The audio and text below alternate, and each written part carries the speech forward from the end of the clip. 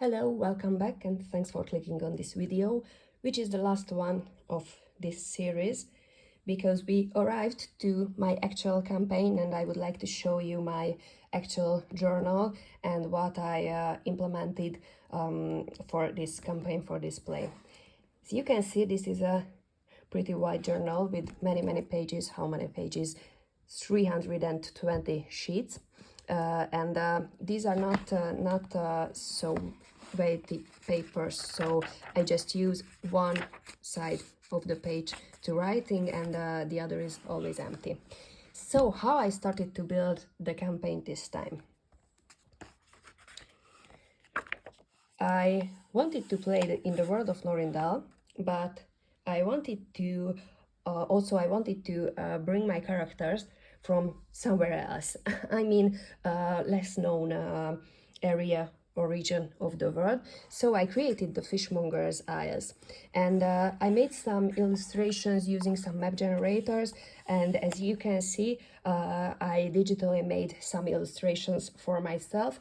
My thinking is that maybe when I will fill this journal, I will print those out and I can use the empty the empty sheets, empty sides, and I can just glue them to these pages. So, Fishmonger's Eyes, and about timing.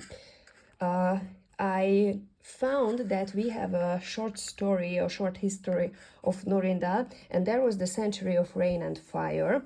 And how I understood, but please correct me if you have any other resources.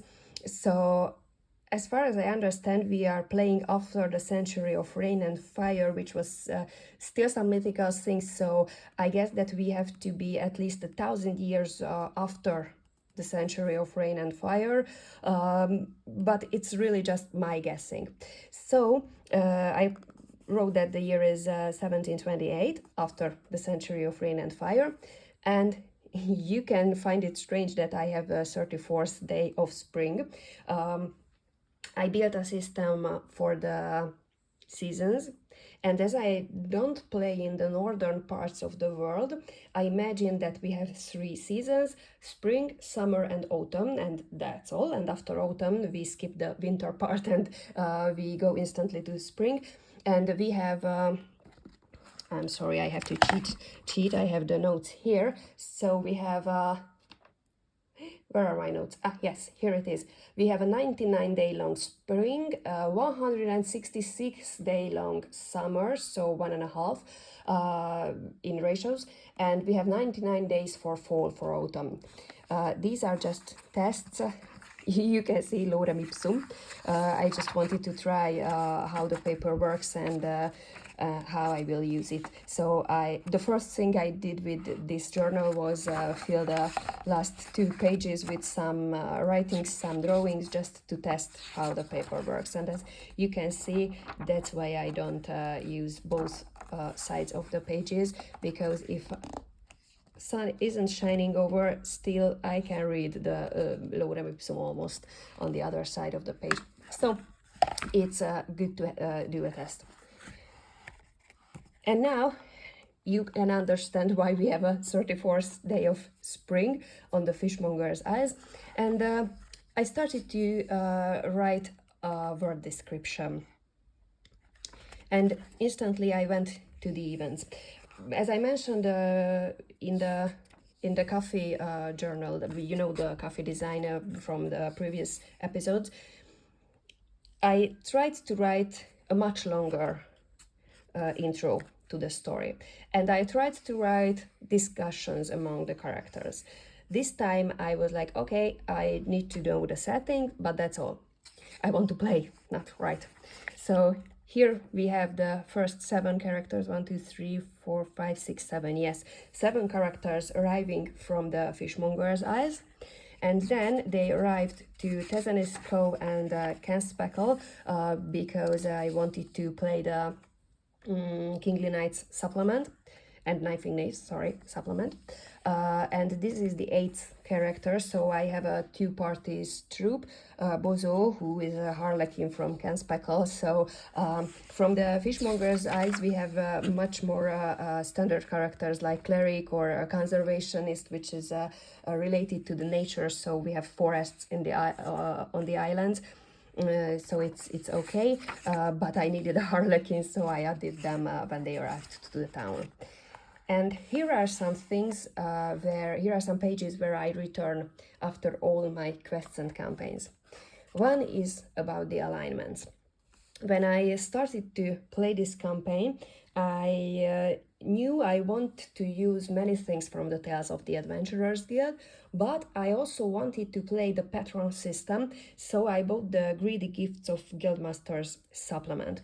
And there you can find a whole section about the alignments and about the factions and how your moves and how your events and your decisions can form the world around you. So for example, the dragons and the living, how alignments work. So you can see the opposite pairs, fire and ice, and when I do something good for fire and bad for ice, in easy words, then I move this point, and yeah, now I'm much more okay with the fire ones, and they will less aggressive, less offensive with me. Meanwhile, the icy creatures will be more offensive against me. So this is how alignments work, and as you can see, my party is more with the low than the chaos, more with the life than the death, and we have we killed so many dragons that we didn't kill any living weapons, so this is the most extreme line. And in the war peace line we are a bit more for the peace. So I have this summary page for the alignments, and after every dungeon and quest, I check if I have to move something here. And on the next page, I started to list the different factions of Norindaal. And it's as you can see, I have an empty page here because I knew that I will meet in the meantime with new factions, and I will have to list those two. So when I started, I just had 4 or 5 here because after the first few quests, I needed to note what my relation is with Van Pontoretto, the king and the kingly knights, and some other things, some other people, some other factions. And later I added things, I added people like Orfald and Murazzo, and you can guess I played the Dark Waters. Yes, I think this is the name of the supplement. So when I play new supplements with new factions in it, or with factions already met with in other supplements, I can really just move these small dots and show where we are. As you can guess, Van Pontoretto is the patron of our team, as we could help him fulfill his main goal of the life. I don't want to spoil. So we have 5 faction points, which is the maximum with Van Pontoretto. And also, as we played, we had been the friend of Murazzo and the Tezanis Cove Thieves Guild with 5 points again, and we are started to making some enemies. The worst relation we have is with the Withering Warlord with the -3 point. So this is again something I come back after every dungeon, after every campaign, and check if I did something which moves the dots. So that's how I started to build the journal.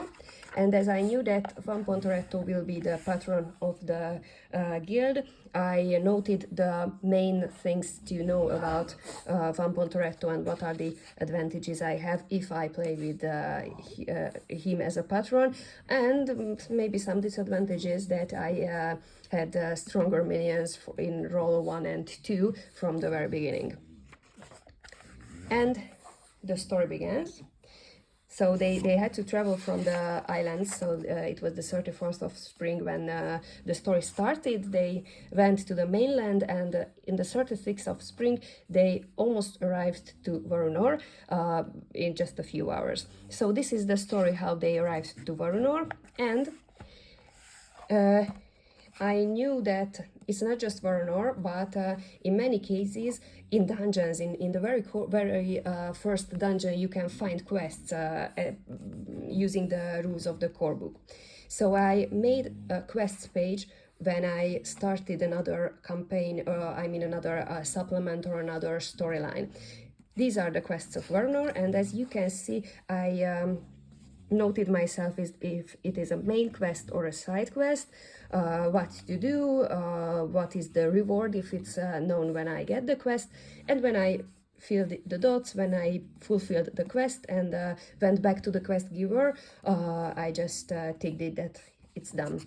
I had 2 pages, 1.5 pages questing Varunor, and you could see in the previous video that this is an overland, or at least the first part of this Varunor story is happening overland. So the next page, I just draw the outer lines for the map, I gave the title, and I started to play.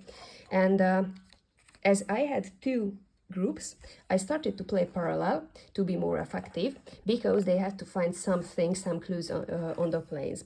So the first group started in A1 and the other started H1, and they parallelly moved over the map.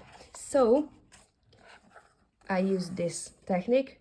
First column is the first party, A1, A2, and so on, and the second is the second party, H1, where they immediately found the dragon's lair, so they went down to the dungeon. That's why the plains maps are not so full, because I try to care about the reality and the time. So when you instantly go to a dragon's lair, it can happen that you spend hours in there and you just don't have time for on that same day to fully explore the map.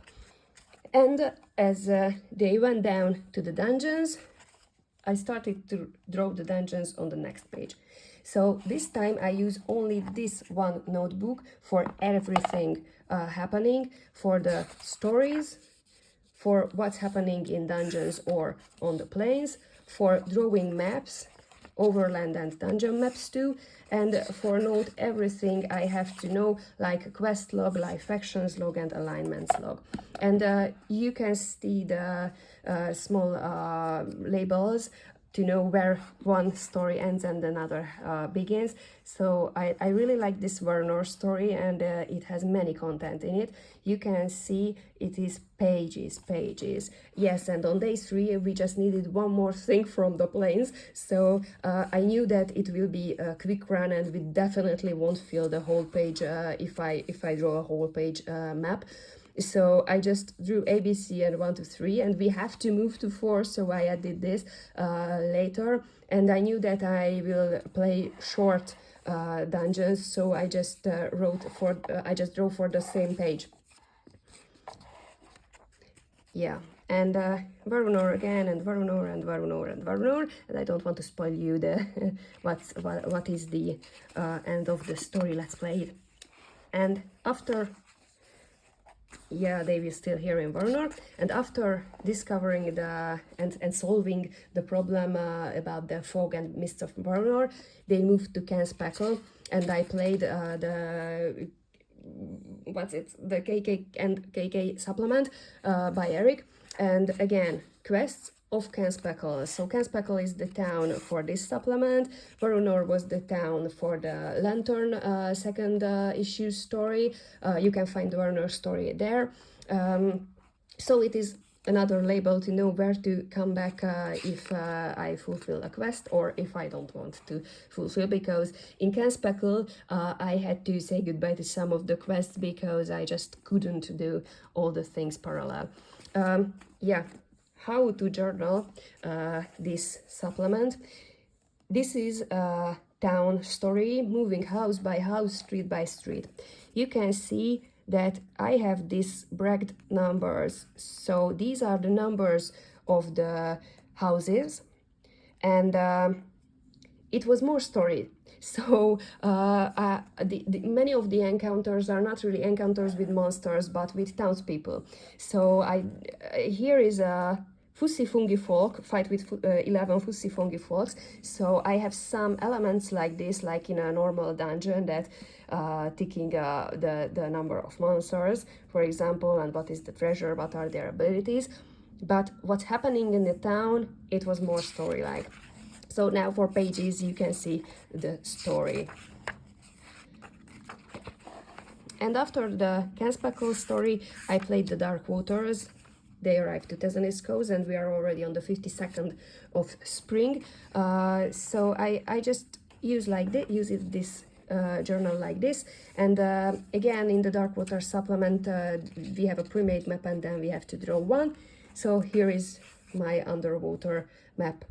And now we are here, still in Canspackle, but the Chapel of Elidra was already encountered. And no, we are not here, I just stopped labeling. I have to do this later. So we have pre-made maps for the Chapel of Elidra, and yes, I don't want to do spoilers. So it was an abstract battle and it was really interesting. You can see I made it, or my party made it. I had to count how many rounds of the fight already happened. So I made a small graphical tracker here.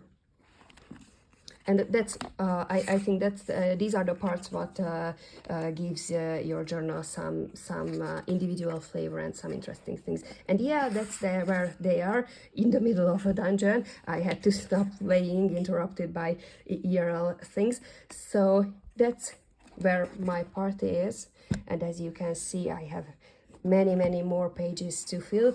So in this case, when I found this notebook in a local shop, I see that how many pages I will have, and I wanted a dotted journal. But when I see that, okay, it's not dotted, but I can build a whole campaign in it, I fell in love with this book, and now that's how I play my actual campaign.